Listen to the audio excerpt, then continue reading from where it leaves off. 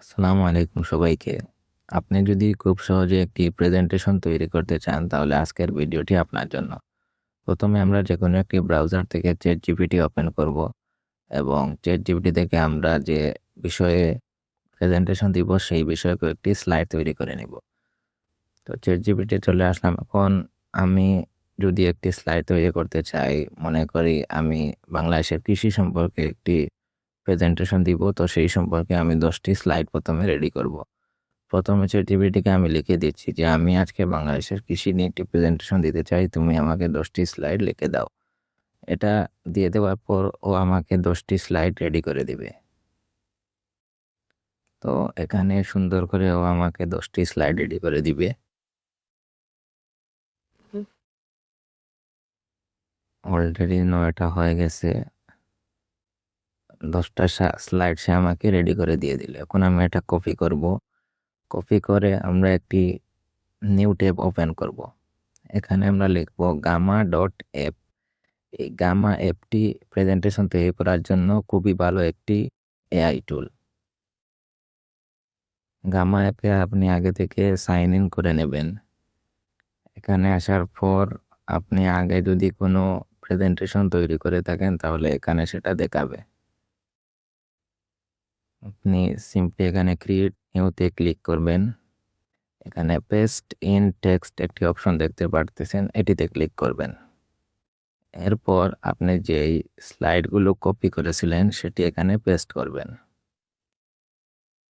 Slide paste করার পর আপনি এখানে কিছু আজে-বাজে লেখা দেখতে পারবেন, এগুলা ডিলিট করে দিবেন। যেমন প্রথমে এবং শেষের দিকে কিছু এক্সট্রা লেখা থাকে, এগুলো আমরা কেটে দেব। শুধু প্রেজেন্টেশনের যে স্লাইডগুলো ওগুলো আমরা রাখবো।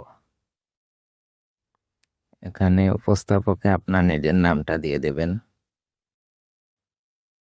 যেমন এখানে আমি আমার নাম দিচ্ছি রাশেদুল ইসলাম।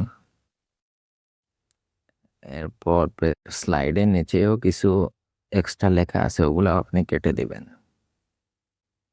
যেমন এখানে নিচে কিছু লেখা রয়েছে, যেমন এখান থেকে শেষ পর্যন্ত এটা আপনি ডিলিট করে দেবেন, এটা লাগবে না।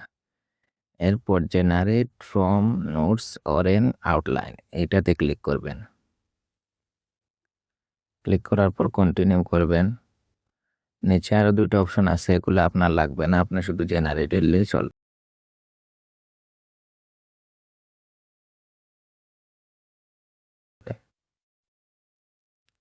এরপর এখানে আপনি 4টি অপশন দেখতে পাবেন, minimal, conscious, detailed and extensive.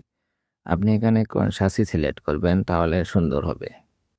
আর নিচে এখানে অসংখ্য থিম আছে, আপনার যে থিমটি পছন্দ হয় এখানে ভিউ মোডে দিলে অসংখ্য থিম দেখাবে। যেই থিমটি আপনার পছন্দ আপনি সেই থিমটি চুজ করতে পারেন। যেমন আমি আমার প্রেজেন্টেশনের জন্য এখানে একটি এখন থিম চুজ করব। আমি এই থিমটি চুজ করলাম। সিলেক্ট থিমে ক্লিক করব এবং এখানে যে আর অপশন থাকলে সেগুলো চেক করে নেবেন। এখানে অবশ্যই আউটপুট ল্যাঙ্গুয়েজটা ঠিক করে দিবেন। আমি যেহেতু বাংলায় প্রেজেন্টেশন দিব তাই বাংলা সিলেক্ট করে দিচ্ছি।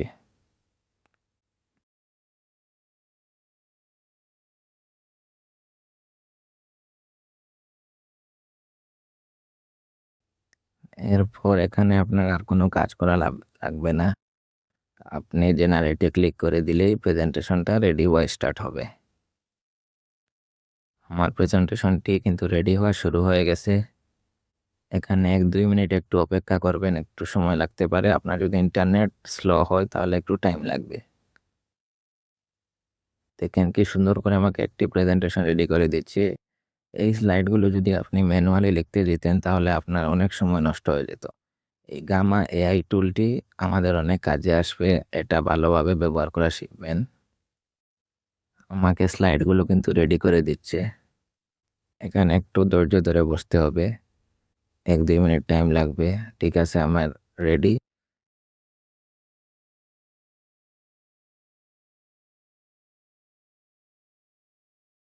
এখন আমি এটাকে ডাউনলোড করব। তো ডাউনলোড করার আগে আপনি এখানে স্লাইডগুলো আরেকবার চেক করে দিবেন সবকিছু ঠিকঠাক আছে কিনা।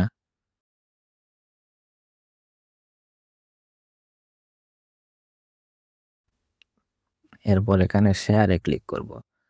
শেয়ারে ক্লিক করার পর এক্সপোর্ট একটি অপশন পাবেন বাম দিকে। এই এক্সপোর্টে ক্লিক করব। এক্সপোর্টে ক্লিক করার পর আপনি যে ফাইলে ডাউনলোড করতে চান, যেমন এখানে পিডিএফ ফাইল আছে, পাওয়ার পয়েন্ট ফাইল আছে, export to Google slide, export and PNG. তো আমি যেহেতু পাওয়ার পয়েন্টে এটা কাজ করব, তাহলে পাওয়ার পয়েন্টেই দিচ্ছি। আপনি পিডিএফও দিতে পারেন।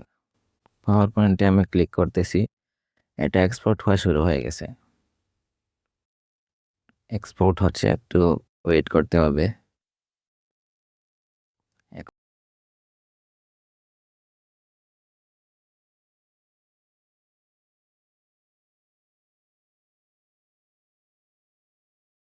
এখন ক্লিক হেয়ার টু ডাউনলোড, এটাতে ক্লিক করতে হবে। ক্লিক করার পর এটি ডাউনলোড হয়ে যাবে। এরপর আপনি একটি ওপেন করবেন, আপনার ফাইল লোকেশনে যাবেন। এই যে আমার এটি অলরেডি ডাউনলোড হয়ে গেছে। এখন এখানে ডাবল ক্লিক করলে এটা পাওয়ার পয়েন্টে ওপেন হয়ে যাবে। তো এটি পাওয়ার পয়েন্টে ওপেন হওয়ার পর এখানে আপনি এটা ক্রস দিয়ে দিবেন। এখানে কিছু আবিজাবি দেখাবে, আর এখানে উপরে একটি অ্যালার্ট দেখাচ্ছে। এই অ্যালার্টে আপনি প্রথমে এনেবল এডিটিং এই অপশনটাতে ক্লিক করে দেবেন।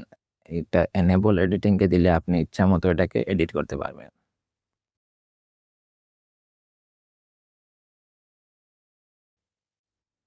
তাহলে এই আমাদের একটি সুন্দর প্রেজেন্টেশন তৈরি হয়ে গেল। এখন আপনাকে যদি আপনার কোনো তথ্য এডিট করা লাগে, আপনি এখানে এডিট করতে পারবেন, কোনো সমস্যা নেই। এখন এখানে একটি সমস্যা আপনারা দেখতে পারবেন যে প্রতিটি স্লাইডের নিচে গামা এআই এর একটি লোগো রয়েছে। এখন এই লোগো থাকলে কিন্তু মানুষ মনে করবে যে আপনি এটা এআই দিয়ে তৈরি করেছেন। এই লোগোটা কিভাবে দূর করবেন? এটি দূর করা একেবারে সহজ। এটি প্রত্যেকটা স্লাইডের নিচে দেখবেন এভাবে থাকবে। তো এটি দূর করার জন্য আপনি সরাসরি ভিউ মেনুতে যাবেন। উপরে একটি ভিউ মেনু দেখতে পারতেছেন। এই ভিউ মেনুতে যাওয়ার পর স্লাইড মাস্টার নামে একটি অপশন পাবেন। এই স্লাইড মাস্টারে যদি আপনি ক্লিক করেন, তাহলে এরকম একটি ইন্টারফেস আসবে। এই ইন্টারফেসে আপনি গামা এআই এটিতে ক্লিক করে কিবোর্ড থেকে ব্যাকস্পেস চাপ দিলে এটি রিমুভ হয়ে যাবে। অথবা ডিলিটও চাপতে পারেন। যেকোনোটা চাপলে ডিলিট হয়ে যাবে। এরপরে ক্লোজ দ্য উইন্ডো এটাতে ক্লিক করে দেবেন। এখন আপনার প্রেজেন্টেশন রেডি। এখন আপনি চাইলে এটা স্লাইড শোতে ক্লিক করে সরাসরি প্রেজেন্টেশন দিতে পারেন। তো খুব সুন্দর করে আমাদের কিন্তু একটি প্রেজেন্টেশন রেডি হয়ে গেল। আপনারাও এভাবে অল্প সময়ের প্রেজেন্টেশন রেডি করতে চাইলে অবশ্যই এই টিপটি ফলো করবেন। এখানে আপনি ইচ্ছামতো এডিট করতে পারবেন। আপনি যে টেক্সটেই ক্লিক করেন, আপনি চাইলে এডিট করা, যেমন আমি এটা যদি এখন কেটে ফেলতে চাই, তাহলে কেটে ফেলতে পারবো। এখানে আরও কিছু তথ্য যোগ করতে চাইলে যোগ করতে পারবো। এখানে এটা ডিলিট করতে পারবো। সব কিছু আপনি এডিট করতে পারবেন। ইচ্ছা মতো আপনি এডিট করতে পারেন। যেমন এই লেখাটি আমি বড় করতে চাই, আমি বড় করতেছি। আমি যদি পুরো বক্সটাকেই বড় করতে চাই, তাও পারবো। মানে যা ইচ্ছে আপনি ইচ্ছা মতো এটাকে এডিট করে সাজাতে পারবেন। এখানে কোনো বাধ্যবাধকতা নেই। এখন আমাদের প্রেজেন্টেশনটা সম্পূর্ণ রেডি।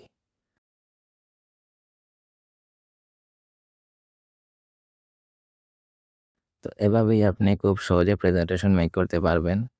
তো ভিডিওটি যদি ভালো লাগে, তাহলে আপনার যদি কোনো প্রশ্ন থাকে অবশ্যই কমেন্ট করবেন, এবং কোনো বিশেষ জিজ্ঞাসা থাকলে আমাকে ইমেইলও করতে পারবেন। আসসালামু আলাইকুম।